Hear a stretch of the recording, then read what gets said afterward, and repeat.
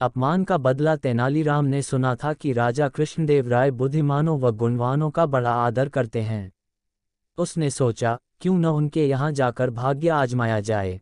लेकिन बिना किसी सिफारिश के राजा के पास जाना टेढ़ी खीर थी।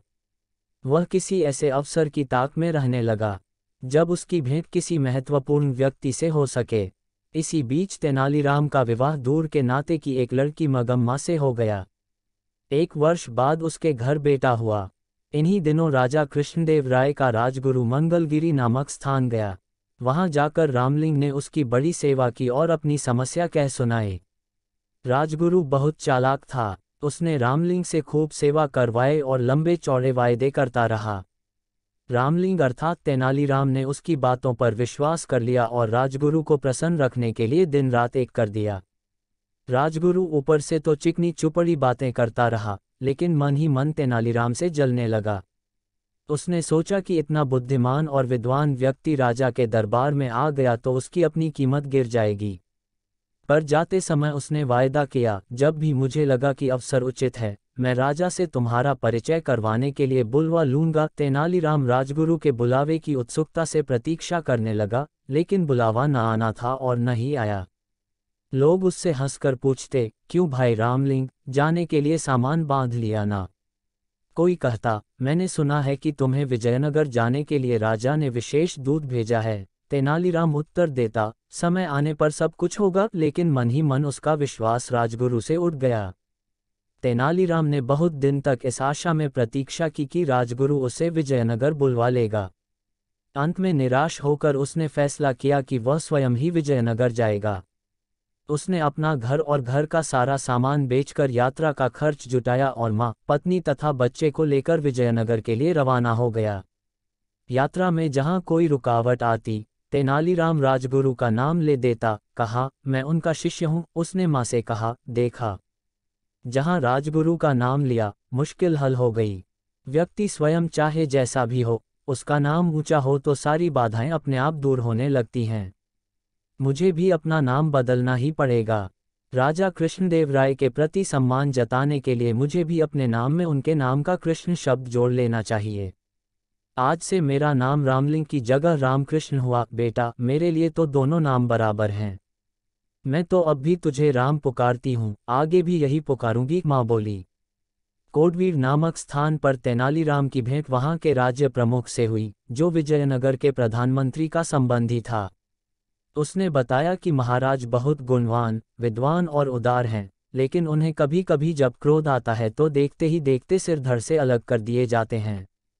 जब तक मनुष्य खतरा मोल न ले, वह सफल नहीं हो सकता। मैं अपना सिर बचा सकता हूँ। तेनालीराम के स्वर में आत्मविश्वास था। राज्य प्रमुख ने उससे यह भी बताया कि प्रधानमंत्री भी गुणी व्यक्ति का आदर करते हैं, पर ऐसे लोगों के लिए उनके यहाँ स्थान नहीं है जो अपनी सहायता आप नहीं कर सकते।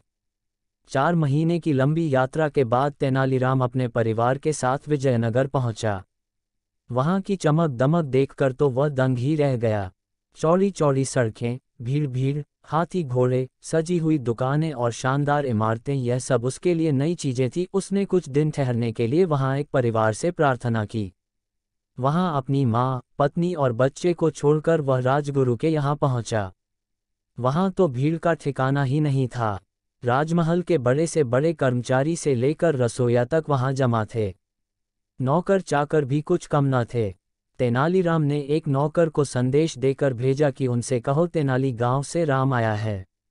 नौकर ने वापस आकर कहा, राजगुरु ने कहा है कि वह इस नाम के किसी व्यक्ति को नहीं जानते। तेनालीराम बहुत हैरान हुआ। वह नौकरों को पीछे हटाता हुआ सीधे राजगुरु के पास पहुंचा। राजगुरु, आपने मुझे पहचाना नहीं। मैं रामलिंग हूँ, जिसने मंगलगिरी में आपकी सेवा की थी। राजगुरु भला उसे कब पहचानना चाहता था। उसने नौकरों से चिल्लाकर कहा, मैं नहीं जानता, यह कौन आदमी है, इसे धक्के देकर बाहर निकाल दो। नौकरों ने तेनालीराम को धक्के देकर बाहर निकाल दिया। चारों ओर खड़े लोग यह दृश्य देखकर ठहाके लगा रहे थे। उसका कभी ऐसा अपमान नहीं हुआ था। उसने मन ही मन फैसला किया कि राजगुरु से वह अपने अपमान का बदला अवश्य लेगा। लेकिन इससे पहले राजा का दिल जीतना जरूरी था।